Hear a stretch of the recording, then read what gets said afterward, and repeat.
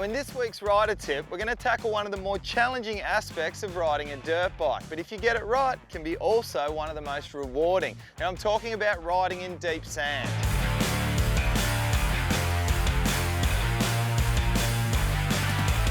Now because it's such an important topic to cover, we're going to be splitting this rider tip into two separate segments. Now for this week, we're going to be covering the basics of riding in the sand, following it up with a little bit more of a specific drill on sandy berms.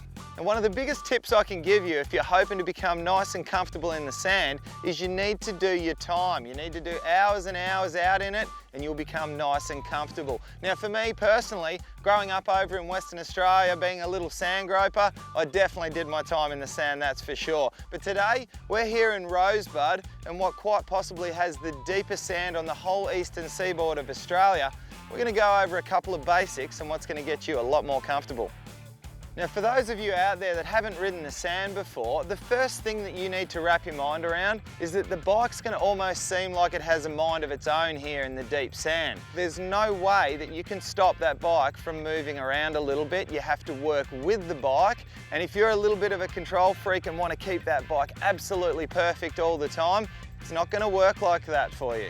Now, as a result, the biggest mistake that people make when they first start getting into the sand is they tend to hold on way too tight with their hands, and they're trying to control the bike with their upper body, which is just not going to happen.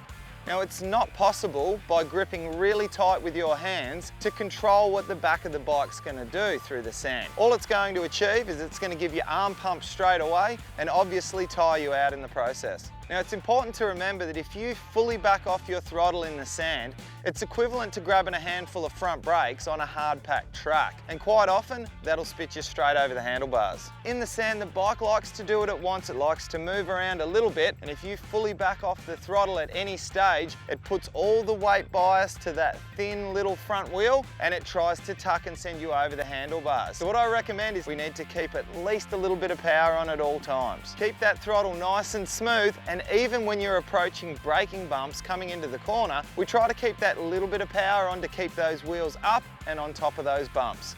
Now the first couple of times that you attempt to do this, you're going to find that the bike moves around underneath you a little bit.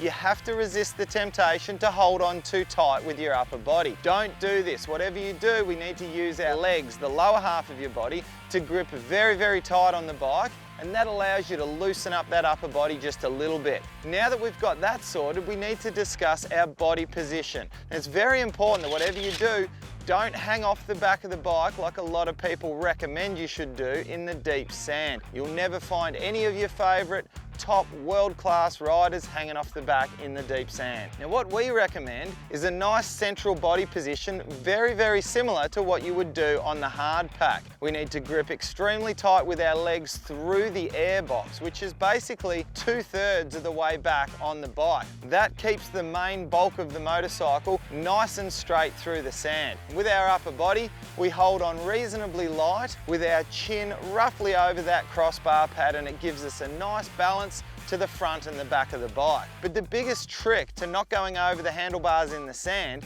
is not getting your upper body off the back of the bike, it's keeping that power on. That's what keeps the weight on the back of the motorcycle. As we've already mentioned, there's only one really good way to get good in the sand, and that's to do your time.